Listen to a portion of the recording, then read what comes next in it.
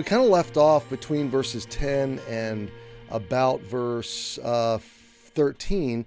10 to 13, David is praying an imprecatory prayer. We've covered those before. It's when you're praying for vengeance and justice for God to deal with your enemies. Now, how does that combine? How does that meet up or reconcile with a gospel-shaped heart? Because a gospel heart says, I want to love my enemies, and I want to pray for their repentance, and I want to use a soft answer and love and grace that they might be introduced to the gospel and be redeemed. Well, that's all great. That's where we should live. But there comes a moment where there's a diabolical resistance, where there is just unrepentant unbelief, and it's never going to change. And at that point, this person is the enemy of God, the sworn enemy of God. And God has no choice but to deal in wrath and justice. And there's a kind of person, okay, and Saul was this kind of person that had rejected God's plan, and declared himself to be the enemy, essentially, of the design of God. And so in that case, lots of people are suffering under the spiritually oppressive reign of a corrupt, godless king. So lots of people are being victimized by this ungodly leader. And David says, God, take him out, resolve this, preserve me for the sake of your own name. God, deal swiftly with these enemies. Verse 13, consume them in wrath, consume them that they may not be, and let them know, let who know? All the people and the enemies, that God ruleth in Jacob. That's another phrase for Israel, the nation, unto the ends of the earth. God is God of the whole world, and God, let the world know that you rule and reign. It is a prayer of dependence and patience, but it is a prayer for ultimate victory, righteous victory. It's not a bad prayer to pray, especially when you understand that godless, satanic, really wickedness in high places is vaunting itself against God as the enemy of God. And so praying that God would bring that down is a good prayer. Look at verse 14 and notice the shift in David's attitude from earlier in the psalm when he was praying that he was describing his enemies being dogs wandering about, vile, putrid persons, always looking for trouble. So now verse 14, he kind of comes back to that thought, but with a different spirit. And at evening, let them return. Let them make a noise like a dog and go round about the city. Let them wander up and down for meat and grudge if they be not satisfied. David's saying, it's almost like he shrugs his shoulders and says, well, because of God's strength and defense, because he's my shield and he goes before me, because I'm waiting on him and I know he's going to protect me, let them return. Let them hang out outside my house. Let these dogs and these scoundrels roam about, sniffing about, trying to find a way to kill me. Let them go around about the city looking for trouble.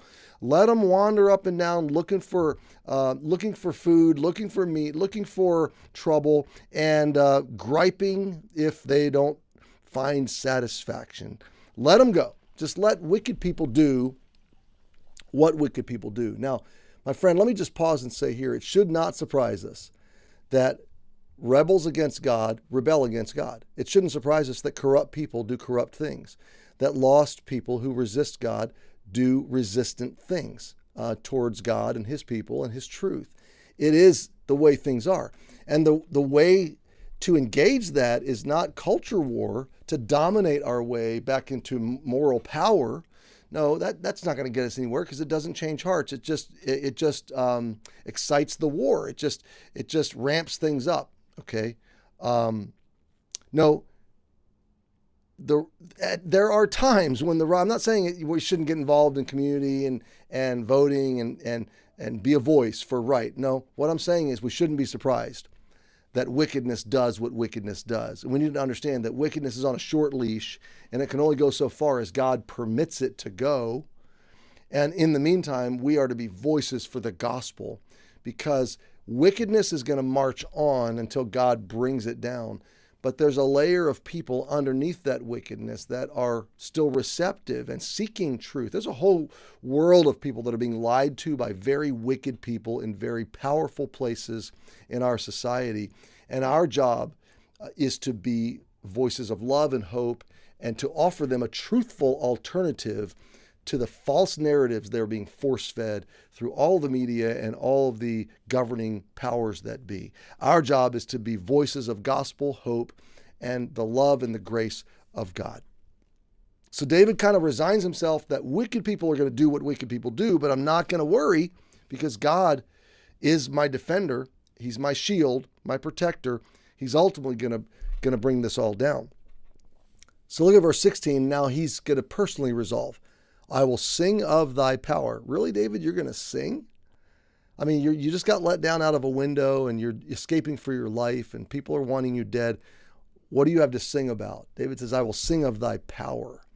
He says, in this moment of fear and desperation, I'm going to remember God's power and I'm going to preach it to myself in song and I'm going to go public. I will sing aloud of thy mercy.